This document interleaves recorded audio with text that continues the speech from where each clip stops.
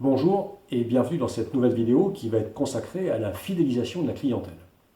Alors en fait, ça va être la première d'une série que je vais consacrer à la fidélisation. Dans le domaine de la fidélisation, les actions sont nombreuses, complémentaires, et il est parfois difficile de tout faire et puis de faire le tri, ne serait-ce que pour des raisons de ressources humaines ou des questions de budget.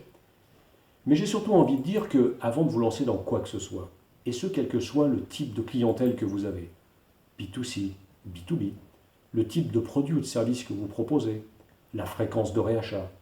Eh bien, pour obtenir une fidélisation efficace, vous avez déjà intérêt à respecter un certain nombre de règles de base. J'ai identifié 7 règles et je vais vous les présenter dans cette vidéo. Alors, on y va. Tout d'abord, pourquoi fidéliser? Parce qu'en fait, il est plus facile de convaincre un client qui vous connaît déjà d'acheter à nouveau ou d'acheter un autre produit ou un autre service de votre gamme. Et puis aussi, garder un client, ça coûte moins cher que d'en acquérir un nouveau. D'après les estimations, le rapport de coût va de 1 à 5, voire de 1 à 7. Règle numéro 1, soyez réactif. En fait, il est insupportable pour tout le monde de voir une de ces demandes qui n'est pas prise en compte dans un délai raisonnable. Vous devez donc faire en sorte que votre entreprise soit réactive. Alors comment faire? 1. Imposez-vous un délai. Disons par exemple un jour ouvré pour répondre à toute demande qui émane de votre client, même si la réponse que vous faites l'informe que sa demande est en cours de traitement et que vous reviendrez vers lui pour le tenir informé dans les 48 heures par exemple. 2. Soyez joignable. Ne négligez surtout pas le téléphone. Il n'y a rien de pire pour un client mécontent qui a actuellement des problèmes d'être envoyé vers les FAQ d'un site ou vers un chatbot. Ça peut avoir un effet extrêmement négatif et ça peut le conduire à vous quitter. 3. Soyez attentif aux personnes qui, au sein de votre équipe, gèrent les clients, les réclamations. Leur travail n'est vraiment pas facile. Et la considération que vous allez leur manifester, eh bien vous verrez, ils la manifesteront vis-à-vis des clients. Règle numéro 2, ne soyez pas indifférent. Une des raisons principales au départ des clients est le fait que les clients quelquefois estiment que le dirigeant ou les équipes de l'entreprise ne lui manifestent pas assez de considération. Alors comment faire? 1.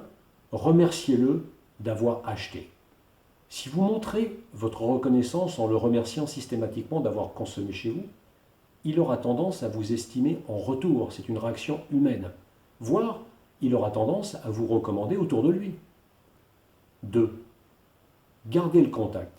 Quelques semaines après l'achat, l'acquisition d'un produit, d'un service, contactez-les pour savoir s'ils ont des remarques, des suggestions, des propositions à faire.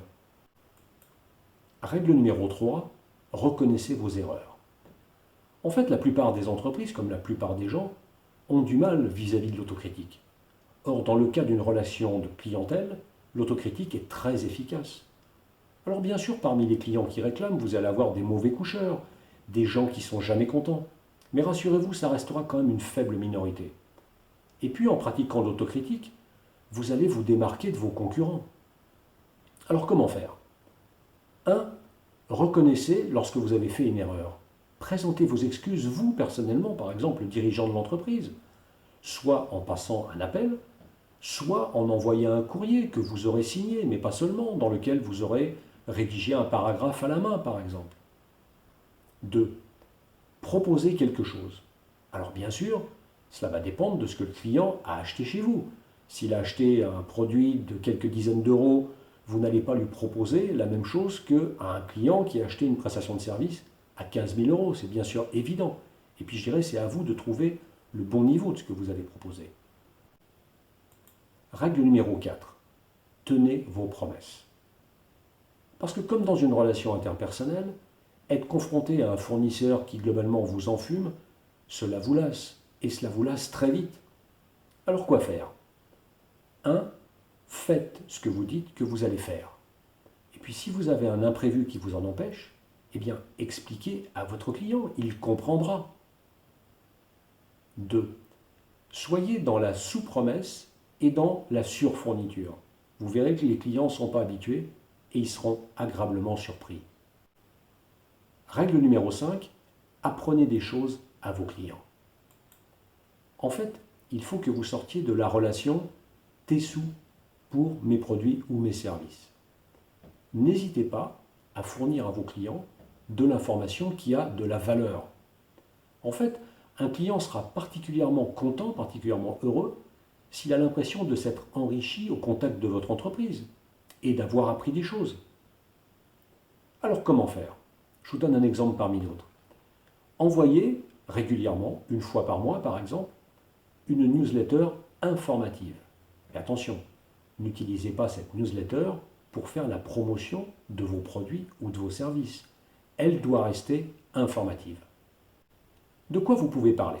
Je vais vous donner des exemples. Imaginez que vous vendiez du café. Eh bien, dans votre newsletter, vous pouvez chaque mois présenter une zone ou un pays producteur. Si vous proposez des prestations de services en B2B, eh bien, chaque fois, vous pouvez à votre client parler des innovations, du jeu concurrentiel, du marché. Règle numéro 6, maîtrisez l'historique de votre client. L'enjeu, vous devez connaître vos clients, vous devez connaître ses besoins, autrement vous travaillez en aveugle. Vous devez aussi connaître l'ensemble des échanges qu'il y a pu avoir entre vos clients et votre entreprise.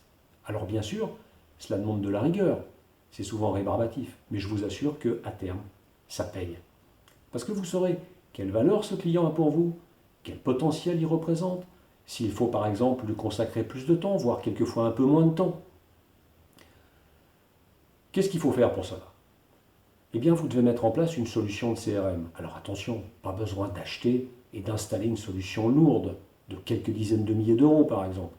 Commencez par utiliser un service online, simple mais quand même assez complet. Et puis ensuite, toute demande, toute réclamation, toute réponse, toute proposition, tout envoi d'informations, tout échange téléphonique, toute visite, tout doit être enregistré. Règle numéro 7, mesurer la satisfaction clientèle. En fait, le client, le consommateur, il a besoin de se sentir écouté. Et il veut que son avis soit pris en compte.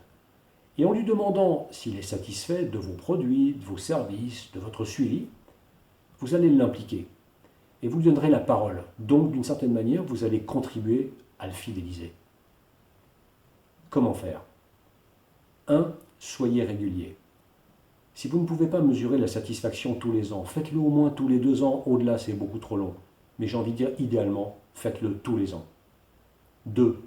Pas de bricolage. Confiez cette mesure à un professionnel, pas à une junior entreprise ou à des stagiaires. Et puis, au-delà des chiffres que vous allez recueillir, qui vont vous être utiles, parce que déjà, vous allez pouvoir comparer les évolutions d'une année sur l'autre, demandez à votre prestataire de se concentrer sur les verbatims. Surtout, par exemple, sur tout ce qui va être les causes d'insatisfaction. 3. Exploitez les données. Commencez par diffuser le rapport en interne. Et puis, vous et vos équipes, vos collaborateurs, vous devez vous approprier les résultats. Vous devez prendre des décisions d'action. Et là, il faut faire attention. Il ne faut pas en prendre trop. Il ne faut pas aller dans tous les sens. Disons 2 ou 3. Et puis, mettez-les réellement en œuvre. Voilà. J'en ai terminé avec ce que j'estime être déjà les 7 règles de base qu'il faut respecter avant de se lancer dans n'importe quelle action de fidélisation. Ces actions-là, nous allons les voir dans des vidéos ultérieures. J'espère que cette vidéo vous a intéressé puis qu'elle vous a apporté des éléments de réflexion. Si vous l'avez aimée, merci de la liker, n'hésitez pas à la partager. Pour ceux qui ne sont pas encore abonnés, abonnez-vous à la chaîne. Je vous dis à très bientôt pour une nouvelle vidéo. D'ici là, je vous souhaite une bonne journée. Au revoir.